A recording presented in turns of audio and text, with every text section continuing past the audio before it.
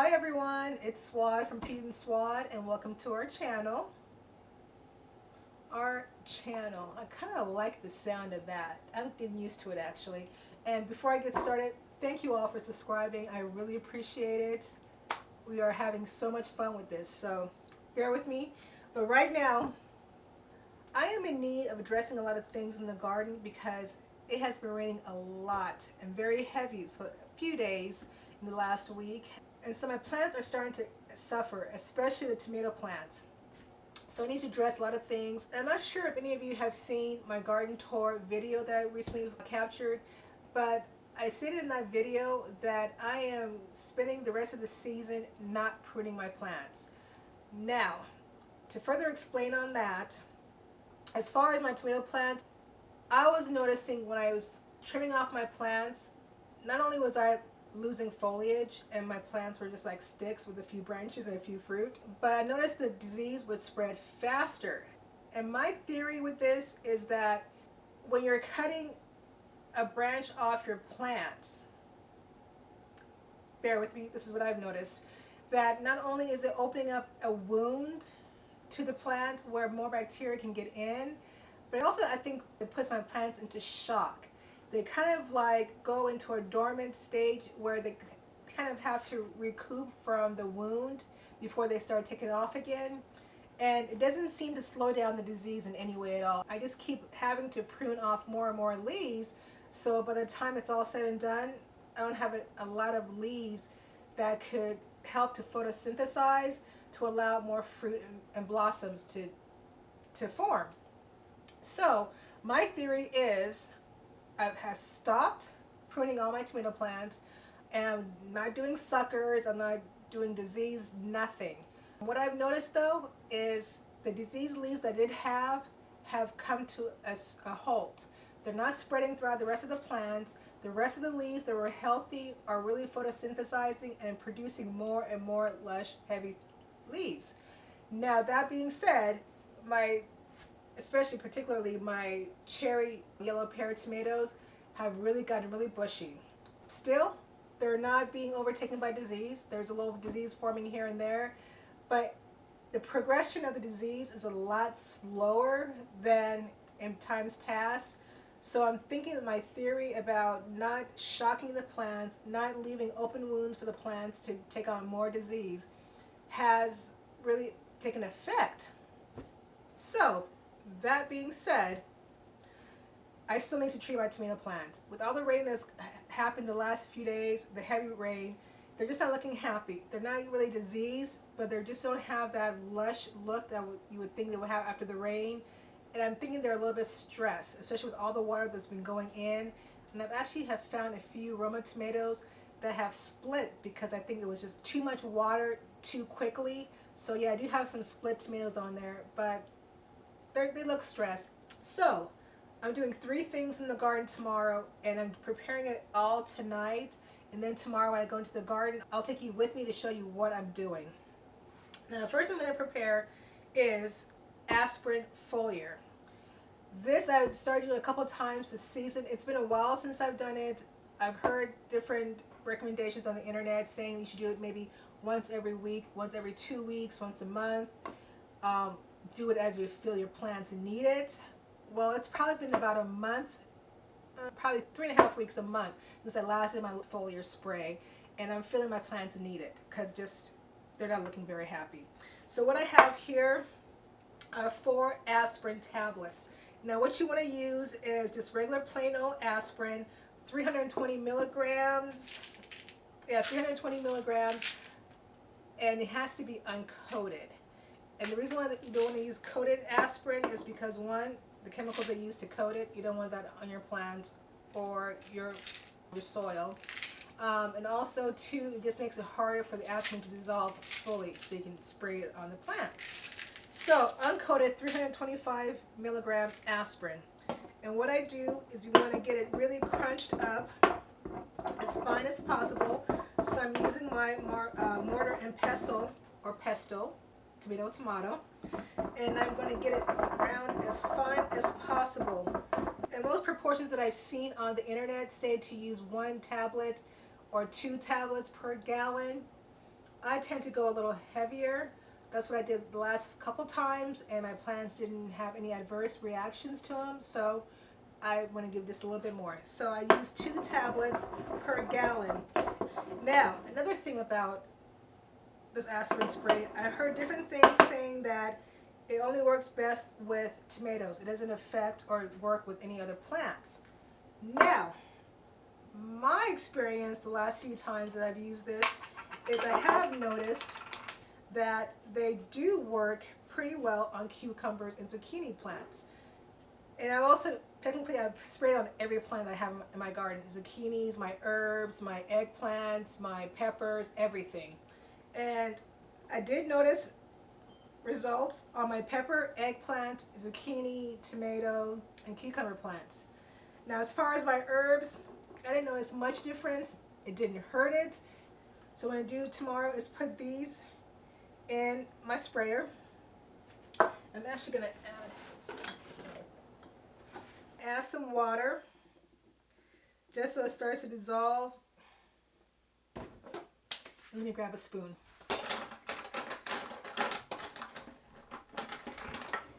And so yes, I'm going to dissolve this in the water overnight just so it's really dissolved and dispersed in the water. You can use tap water. My hose water I'm using outside is from the tap, basically from the hose. So I just have spring water here, so I'm just using this for convenience. But I'm just going to go ahead and make sure I stir this in here, dissolve it, and let it sit overnight. And I'll use half of this in 2 doses of 1 gallon each of my sprayer and spray this all over my plants. So I'm just going to do a foliar tomorrow because as far as the soil drench, I'm going to be using the yeast formula, the yeast fertilizer for that. So I don't want to use both aspirin and yeast for that. I probably could, but foliar spray. Let me go ahead and just put this aside here. And what I'm going to do next is make my yeast. Now, I got water on here, 1 second. Now with the yeast, what I've done in the past, what I've done previously with the 2 doses of yeast fertilizer that I've used is I have used sugar. But again, I'm not sure if you saw my garden tour, I noticed that there was a film, a kind of a stickiness that I noticed on my plants that I didn't like. And I can only contribute that to the sugar. Is that the case? I don't know, but that was just my theory. So what I'm going to go ahead and do is, instead of using sugar with my yeast fertilizer, is I'm going to use molasses. Now molasses is very, very good for the soil. It's good for the organisms in the soil. It helps to really bolster and boost plant health and soil health. And I love it. I love it internally. It's good for me. So if it's good for me, it's good for my soil. So with this being said, I'm going to use a larger container because I usually use a quart jar for this. And in the morning, I noticed that all the yeast has bloomed and fermented out of the jar and gets all over my plate or the dish that I put it in. So to avoid doing that and wasting any precious fertilizer, I'm going to go ahead and use a larger jar. I'm still going to do a quart measurement, and a quart is 4 cups of water. So I'm going to go ahead and put 4 cups of water in here.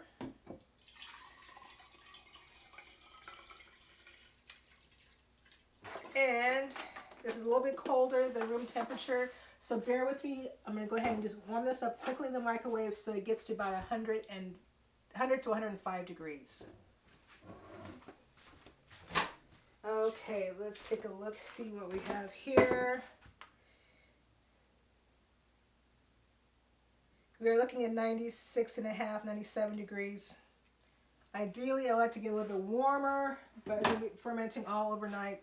And yeast will bloom anywhere from 95 to 105 degrees. So 96, 97, it'll work. Now, like I said, I'm using molasses. This is a simple, basic, old-fashioned molasses from Azure Standard. Love this stuff. Now, before I do this, most recipes that I've found and proportions that I found on the internet says to use 1 tablespoon of yeast and 2 tablespoons of sugar. I'm a little extra. So I use 2 tablespoons of yeast and 2 tablespoons of sugar. But since I'm using molasses, I'm going to be a little more generous with the molasses just because molasses is good for the soil. I'm not too worried about that. So I'll probably use 2.5, 3 tablespoons, or these huge spoons for the molasses. So this is 2 tablespoons of yeast. And then I'm going to use about 3 of these. I mean, that's a pretty big spoon. There's 2. And 3. Now, mind you, this is the first time that I have used molasses with this. Again, the 2 previous times that I've done this, I've used sugar. But I'm extra. And I've done a lot of research about how good molasses is for the soil. So I'm not too worried about this. And now that I've got this stirred in, all right, now that this is done, I'm going to set this to the side and let it bloom overnight, and it should be where it's supposed to be tomorrow. Now, we'll see how well it blooms compared to the sugar. So now I'm going to put this lid on here. I'm not going to screw it on. I just want to keep things from falling in here, you know, fruit flies getting in here. But I also wanted to be able to let the gases escape without it creating a bomb. And then putting it into this little dish here in case it does overflow, it falls in there. Okay. Now, the third amendment that I'm using today is new in a way. I use ground up eggshells in my garden all the time. Now I know they say it's hard for eggshells to break down in the soil. I use it in my vermicompost bins that I have in my garden. I also use it in the compost bin. And it does take a while to break down and to get all the calcium in its proper form for the plants to fully absorb it. I have done some research and found out there's a way that you can make the calcium water soluble. And to do that, you need vinegar. The trick is when you have eggshells, some people say to wash them off well before you put them in the oven. If you're going to store them on your counter and leave them around, yeah, go ahead and rinse them off to get any residue of the egg off. But me, I just usually stick it in the oven first chance I get. I leave it in the oven for about 2.5, 3 hours, depending if I forget or not, at 250 degrees Fahrenheit. And that's going to kill any bacteria on there. You don't have to worry about it. Once I have everything completely dry, I crumble it up and put it into a blender. I learned the hard way that you don't want to use a plastic blender cup for this. I ruined one of my Magic Bullet blender cups by putting eggshells in there, and while it's grinding and blending in the blender, it scratches the mess out of the inside of your blender cup. So I now use a glass blender for this. So I would recommend that if you're going to grind up eggshells, either use a plastic blender that you have no use for food consumption, because as you're scratching up the inside, you're opening up the pores of the plastic, which can harbor bacteria. If you want to use a dedicated blender that's plastic for this, by all means, go right ahead. That all being said, I use a glass blender for this. I blended very well for a long time. And what I want to do is I want to get the eggshell as finely broken down as possible. So it's almost like dust. I mean, there's still some coarseness to it. It's very gritty. But it's pretty finely broken down so they can dissolve in the water a little bit better and be extracted in the vinegar more efficiently. So, on to the type of vinegar. Okay, but before that, let me backtrack. Recipes say to use 1 part eggshell to 10 parts vinegar. Use a bigger jar than you're going to need because it's going to fizz and bubble, and it's just going to overflow your jar if your jar is too small and make a huge mess, as well as wasting your vinegar. So I use a bigger jar for this. In this half gallon jar bottle that I have an ounce of eggshells, and I have 10 ounces of apple cider vinegar. Now you can use any kind of vinegar, it doesn't matter, as long as it's got about 2% at least, as long as it's at least 2 to 3%. Most store-bought vinegars are 3 to 5%. I do have white vinegar that I could use. That would be effective and do what it's supposed to do. Apple cider vinegar is a bit more expensive than your regular store-bought white vinegar, so if you want to use that, by all means, do that, it'll work. Again, I'm a little extra. Now I do consume apple cider vinegar for health reasons, just to keep the body working and the digestive working well as it should, also for skin, things like that. So if it's good enough for my body, it's good enough for the soil. Now there is a fertilizer that I use once in a while called Garrett juice. It's called Garrett juice, and they use apple cider vinegar in their ferment of their fertilizer. It's very high in bacteria and probiotics and things that are good for the soil than just plain white vinegar, so I use this. As I said earlier, this is going to be really frothy. It's going to create a lot of foam and can make a huge mess. So again, that's why I'm using the half-gallon jars. So I'm going to put it in here for now, and I'm going to add the 10 ounces of apple cider vinegar to the 1 ounce of eggshells. Now with this here, you have to wait at least probably 7 to 10 days, maybe even 2 weeks, just to get the vinegar to extract all of the calcium so it goes into water soluble form. And what I'm going to go ahead and do with this also, so that we don't get fruit flies in here or things falling in there that shouldn't be in there, I'm going to go ahead and cover this up with a coffee filter. And what this will do is keep things out, but it's breathable, so again, we don't build gas pressure in here that causes the jar to explode. So these two here, I'm putting into a glass dish just to keep it from making a mess, so in case there is spillover, it goes in here. Now, I'm not going to bore you with all the scientific jargon that goes into this.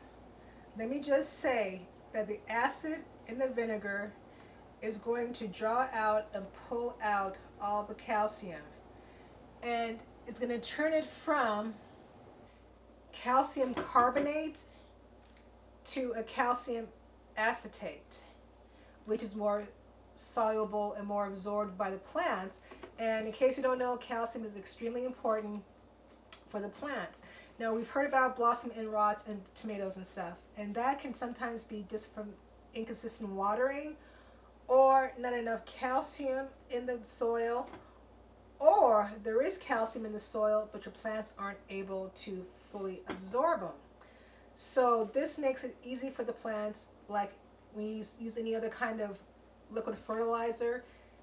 This form of calcium acetate that this vinegar turns the calcium into makes it like a liquid fertilizer, so the plants can more easily and readily absorb the calcium. And what I've learned is that calcium is very important for the absorption of nutrients by the plants, but it's also important for specifically plants that are fruiting plants, because it helps to form the blossoms and the fruit. So fruiting plants really need calcium for a healthy plant. This is a new experiment for me that I wanted to try. So I'm going to stop the jibber jabber. I'm done. I wanted to share this with you because I just had to do this tonight. And I will take you along with me, like I said, in the garden tomorrow, and I will be applying the yeast fertilizer as I normally do in the past, as well as you'll see me apply the aspirin as a foliar for all my plants just to get them healthy. And then in a couple of weeks, when I am applying this calcium to the plants, I'll take you along for that too as well. Thanks for joining me, and okay, this is annoying. So let's put that over here so it doesn't rattle and roll. I want to thank you so much for joining me in my corner of the kitchen today, a little bit different from the garden, but you'll probably be seeing this more in the future. I will be sharing with you some of the things that I do here in the kitchen as far as fermentation, sourdough breads, experimenting with foods and baking. I'm a foodie at heart, and this channel is about sharing what Pete and I love to do with you. So I'll see you tomorrow.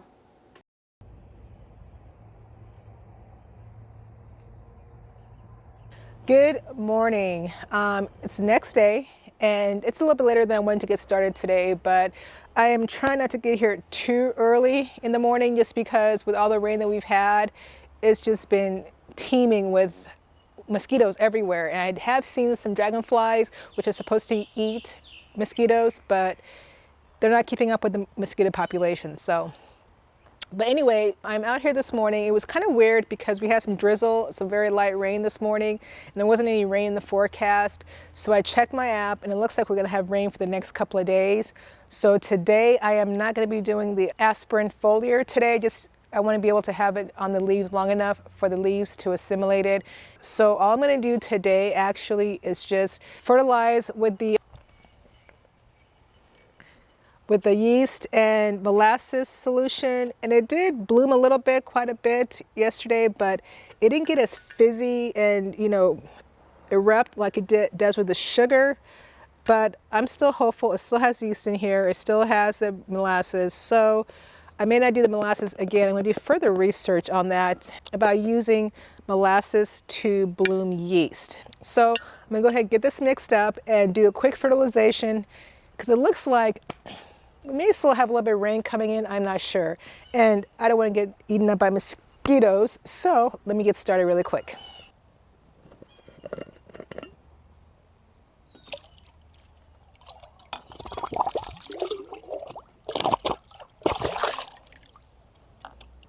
So now I'm just going to go ahead and fertilize.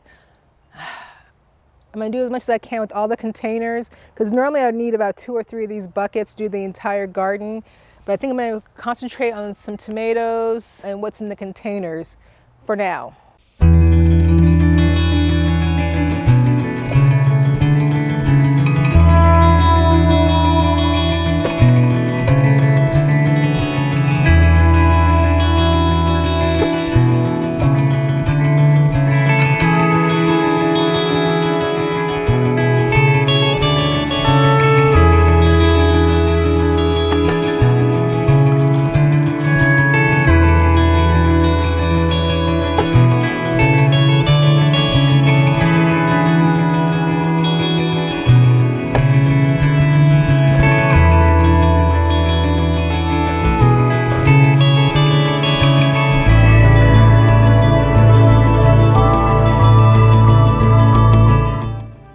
There goes a dragonfly. Why aren't you doing your job?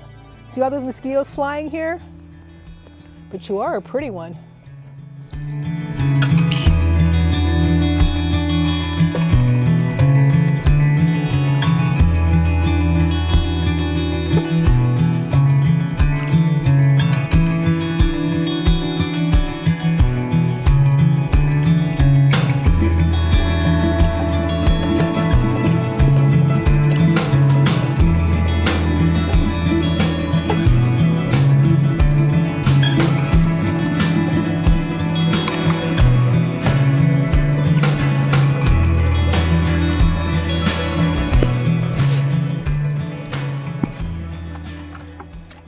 This is what I'd like to call mosquito corner because it seems like they all congregate right here. I mean, this is horrible.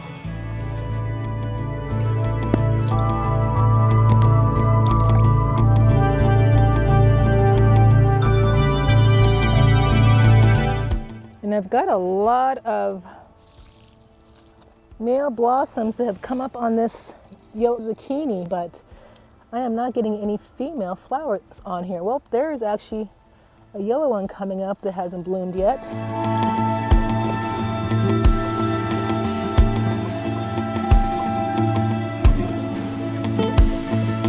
Okay, so I'm a little bit on edge today because yesterday evening I saw a huge fat possum just taking a stroll through the garden, and by the time we got outside it went somewhere. I think it went under the overhang of our barn. So I keep hearing little noises and rustling, so I'm a little on edge.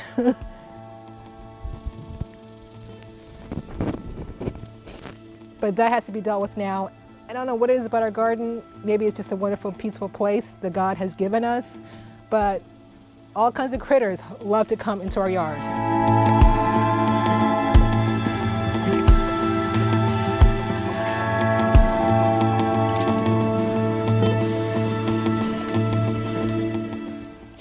And this isn't a garden tour today, but I just have to show you this honey nut squash. I am getting so many female blossoms on here. It's overwhelming. Now this one right here, it's a little bit unusual because it hasn't fully developed in the center, even though the bloom is fully open. And I've never seen anything like that before. Whereas like this one right here, the center is fully developed. So I am not sure what that is from. Now, I did hand pollinate this one today. Oops, sorry, mosquito.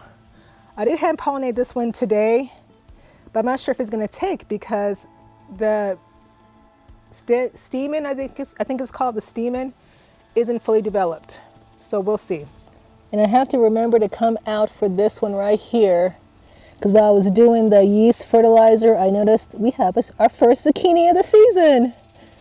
Yep, that I need to harvest when I'm done fertilizing.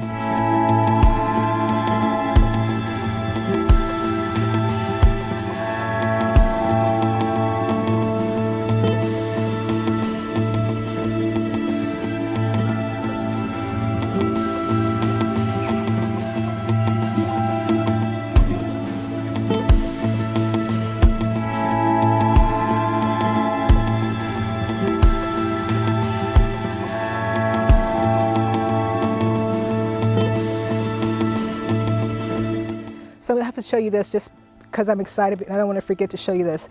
But I'm not sure if you remember, it has some green beans. They were called Mambabo, I believe, and they were really yellow and diseased green beans.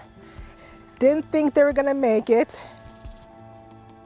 I mean, look at this, new growth. All the diseased leaves are becoming healthy. I mean, it's new growth here. I thought it was done for. And again, just let nature be nature, because they genuinely want to survive, they want to thrive, they want to live. I mean, they're so much healthier. All this right here looks like we're going to have some flowers coming on soon, some more flowers coming on soon here. I mean, this is just amazing. I'm so happy. I mean, even like this right here, my celine or saline beans, I thought these were done for as well, but nope. God has something else to say, and I mean, nature wants to thrive, it wants to live, and it will do what it's supposed to do. Just trust and let nature be nature.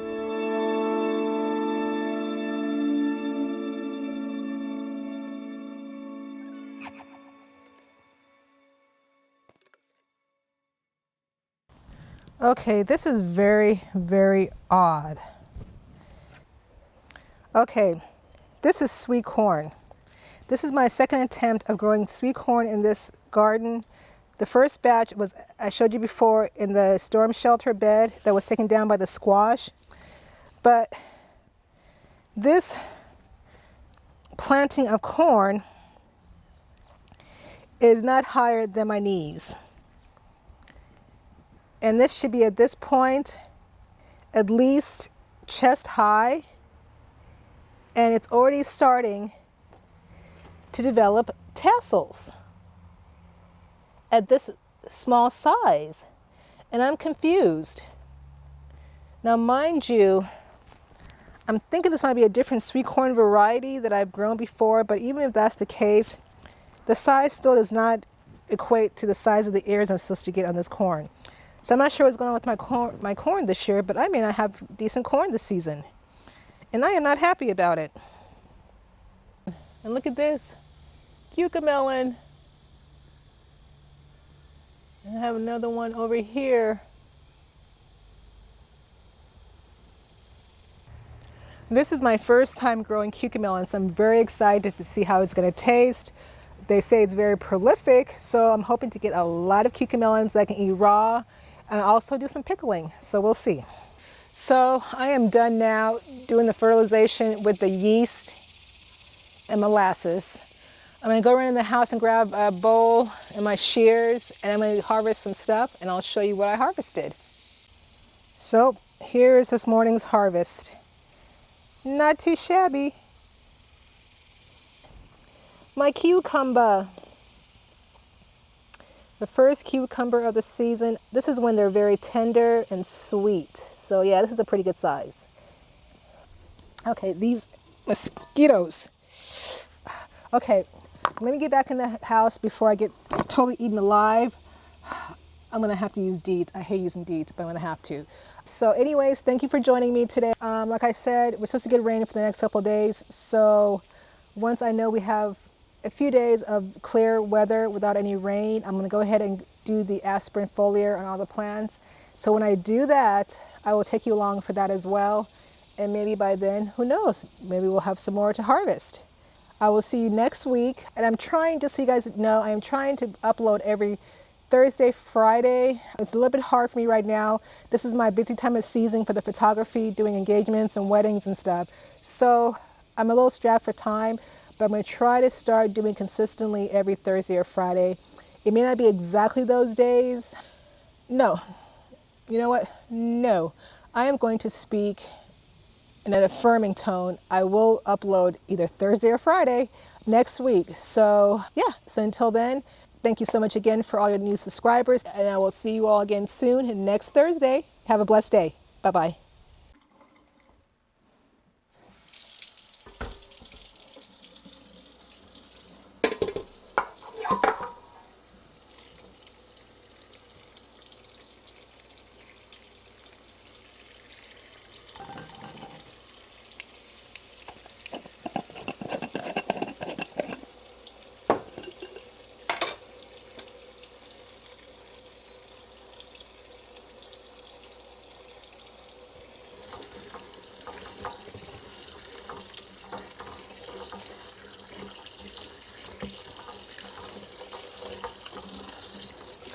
I am soaking all these vegetables in cold, salty water.